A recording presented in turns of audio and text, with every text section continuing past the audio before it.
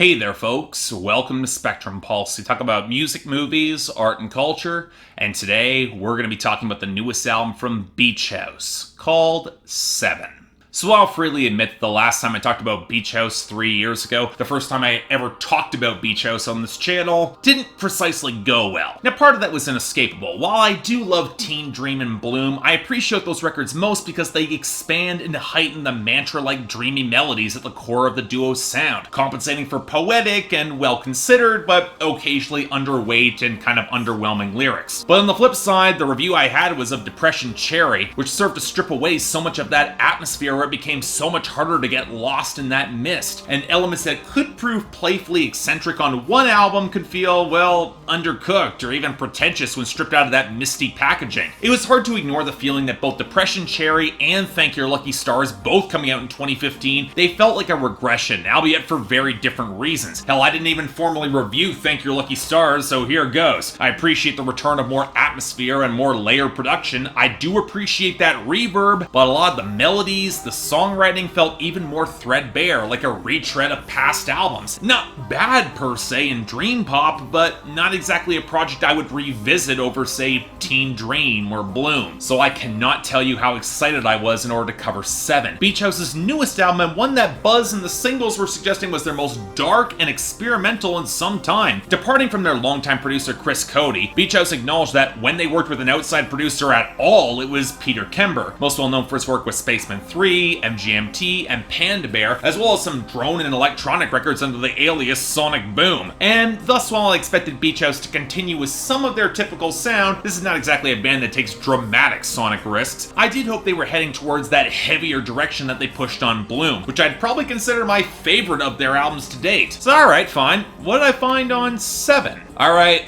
first, the good news. 7 is absolutely the return to form that Beach House really needed here, and will probably sit among the pantheon of their truly great records along with Teen Dream and Bloom. Yes, it really is that good. But what makes it that good is a little bit tougher to quantify for me, because this is the first Beach House record in some time to actively stray away from their formula that made them such a dream pop act with such a recognizable tone and sound. Perhaps not quite as heavy as Bloom, but definitely the album that takes the most chances in terms of their arrangement and composition and tone, most of which surrounds a defined lyrical arc and theme that shows a duo with a penchant for stasis finally taking some real steps in the right direction, all the more conscious of that distance to get there, but where the yearning is going to propel them over that gulf regardless. In other words, yeah, this is pretty great. I'm finally happy I can say that. And we have to start off with the instrumentation and production, where the first changes are definitely the most immediately noticeable. Now, I've talked before about how Beach House has always had some degree of cushion in their misty swells of reverb, and I've also mentioned how when they lost some of that on Depression Cherry, it left their project that could feel oddly barren at spots and lacking in some of the same dynamics. Well, 7 also doesn't really have quite the same cushion, but the tonal balance, the sense of dynamics, is far better handled this time around. The synthesizers are allowed to ebb and interweave again in the mix with the noisier guitar phrases that are borderline shoegaze, amidst a backdrop that's got the same faint low-end crackle of something that's more ethereal or borderline extraterrestrial. The duo has noted that these tones are the most recognizable contributions from Sonic Boom, and they are an absolutely welcome addition, balancing out the intimate vocal pickup from Regina Legrand with enough multi-tracking to accentuate her presence in a mix that does feel a lot more expansive, but still rounded off around the edges because, of course, this is a Beach House album. Now, admittedly,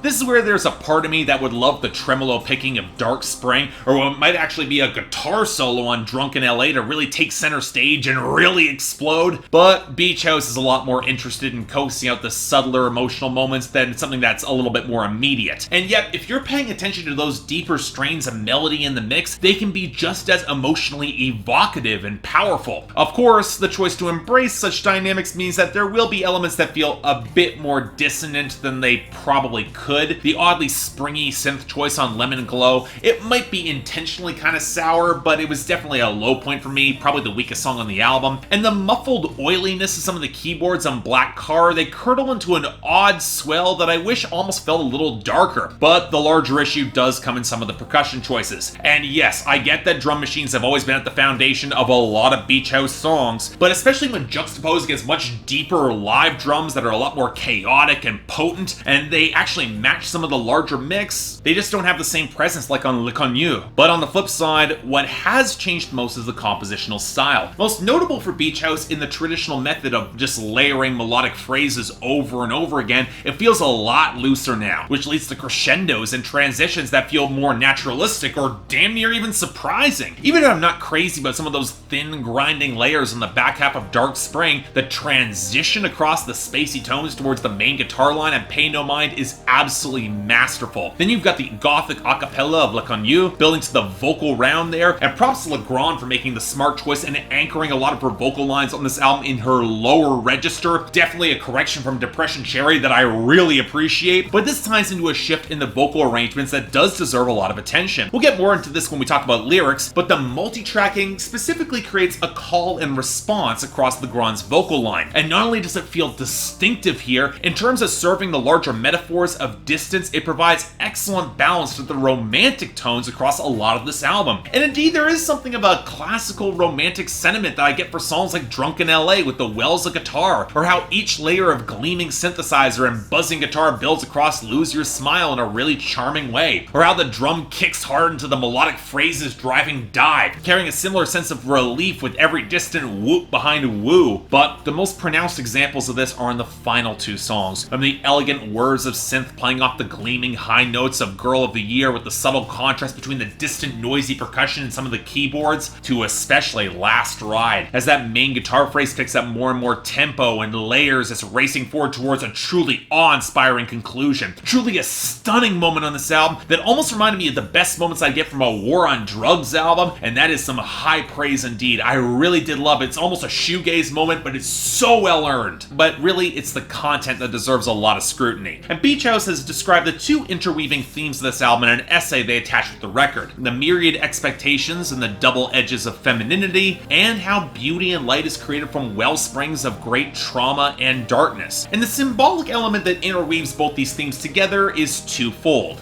distance and duality, a polar spectrum of balance that might be as vast as the cosmos of deep space described on Dark Spring, to something that might feel just as vast to the people involved, like the slow decay of a relationship on Pay No Mind. It's no surprise that one song transitions into the other and carries that same resolute weight at the ending and the foregone conclusions that must come. Now, Beach House has always mined the subtleties of balance for tension and swell before, but what makes Seven so potent is how willing they are to actually bridge that vast gap, or at least raise the question of what did bridge it in the past. Le Connu is a fascinating example of this. A woman in the 1800s found dead in the Seine in Paris, likely of suicide, but there was a smile on her face. One smile so beautiful it compelled the man in the morgue to take a plaster cast of it that would become a popular decoration in France, highlighting both the mystery of her smile, but also how a moment of pure effervescent joy and love can span even beyond death. It's one reason why the false balance and tension of Lemon Glow shows how the center just can't hold, and why that song feels so off-kilter, as does the uncertain moment Beyond Time on Black Car. You just can't separate yourself from the balance altogether. Humanity, it craves that necessary step in the right direction, and yet so often the weight of holding that balance has fallen on women, and a quiet feminine acceptance of balancing ambiguity, leading to much of the back and forth vocal arrangements where the exuberant beauty tries to reach this indelible sadness on the other side to reconcile each other, find a vestige of peace, both observed on Dive and Woo.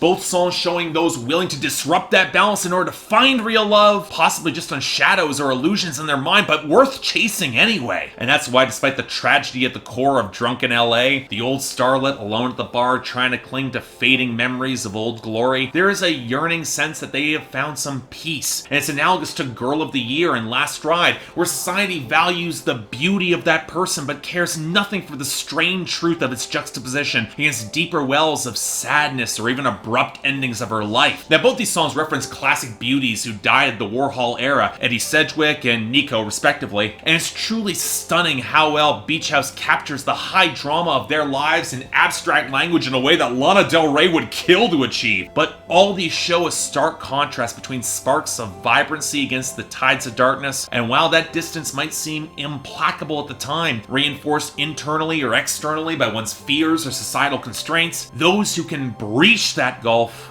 they can find real peace. And in short, this is a sort of thematically rich and varied project from Beach House that shows exactly how much this band is really capable of when they really buck against the limits of their formula. They may have held or accentuated that balanced poise before, but breaking it leads to something that's far more intriguing and potent for me, and I am thrilled how much the band was willing to actually challenge that boundary. And now, it's not a perfect release. Some of the synth and guitar tones don't quite mesh as well as they could, and I still think Beach House, they could have cut loose even further and I would have been entirely fine with it, but as it is, it's a great album, netting an 8 out of 10 for me and absolutely a recommendation. Not sure it's better than Bloom, but certainly is close. Definitely worth your time. Check this out. You won't regret it. So yeah, thanks a lot for watching. If you'd like to like and subscribe, I'd be more than grateful. Yeah, you're definitely going to want to buy this record. Links down there below. Got the poll up there. I'm curious where more diehard Beach House fans fall in this. I wouldn't quite say I'm a huge Beach House fan, but I definitely like the hell out of this. So I'm curious where the poll falls on that.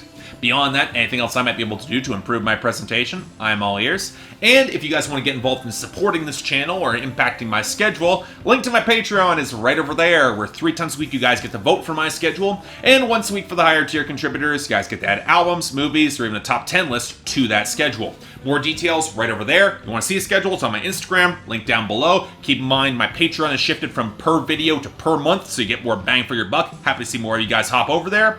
But until then, I'm Mark, you're watching Spectrum Pulse, and I'll see you next time.